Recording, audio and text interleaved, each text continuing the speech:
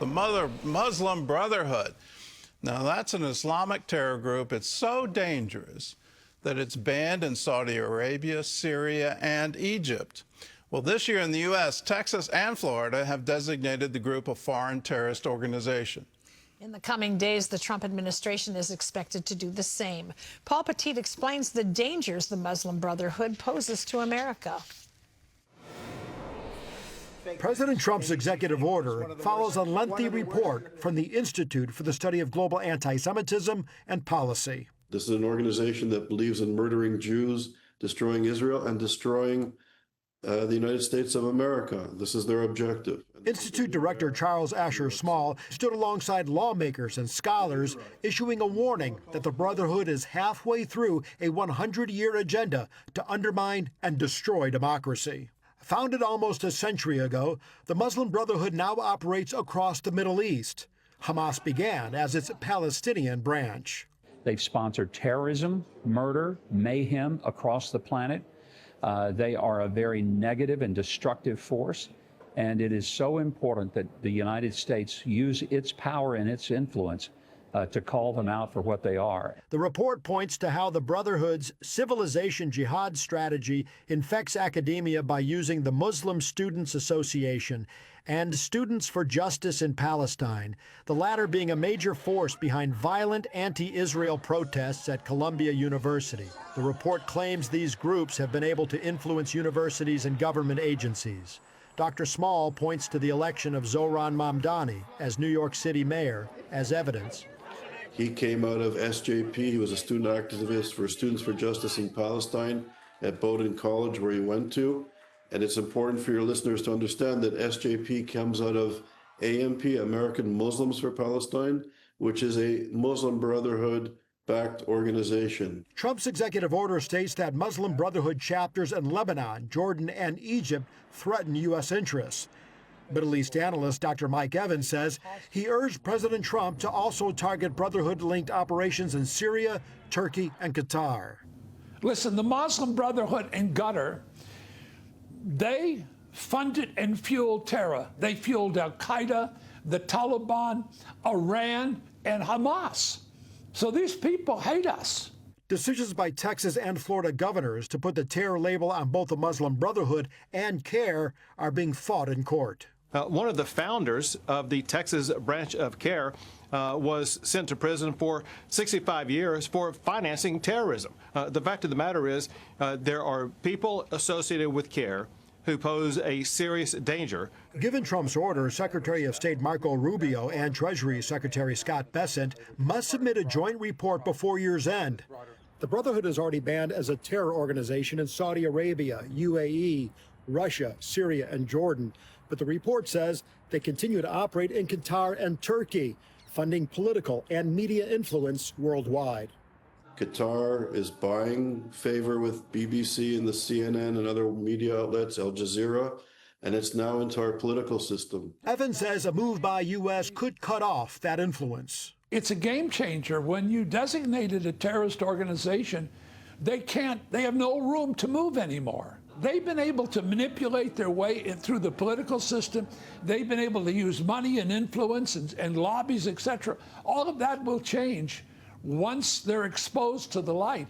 Prime Minister Benjamin Netanyahu has praised Trump's initiative and indicates Israel could follow with its own designation. Israel Deputy Foreign Minister Sharon Haskell told Christian and Jewish leaders that Western civilization itself is at stake.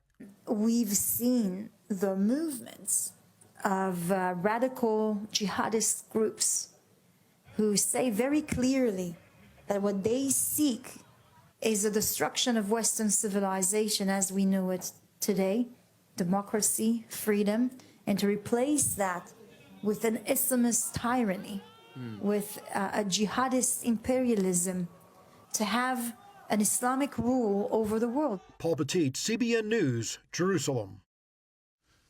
That is their stated goal. They want Sharia law to be the law of every land on the planet. That has been their goal, and it's been their goal for centuries. Just look at the history of the invasions of Europe, the Battle of Tours, the Siege of Vienna, how Constantinople fell to the Ottomans.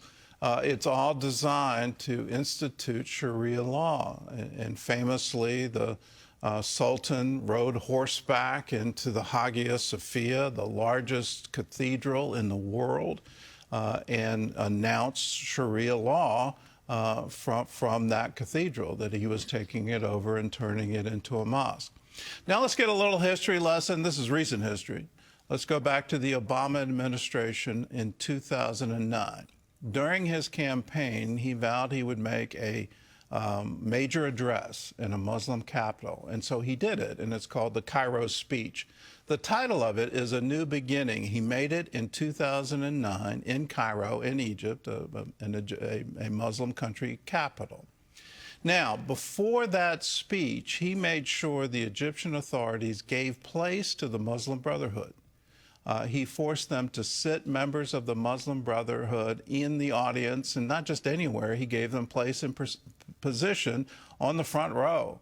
And he said, I'm trying to repair the damage the Bush administration did to Muslim countries. That was the whole purpose of that speech.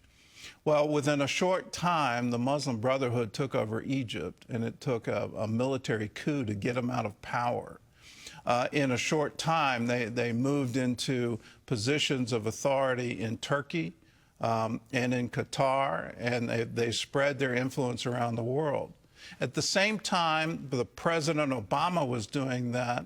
His Director of National Security was telling Congress, testifying that the Muslim Brotherhood is not a terror group, but a social welfare organization. It was a complete reset, a complete redo. Now, to add to it, Obama is the reason Hamas was headquartered in Qatar.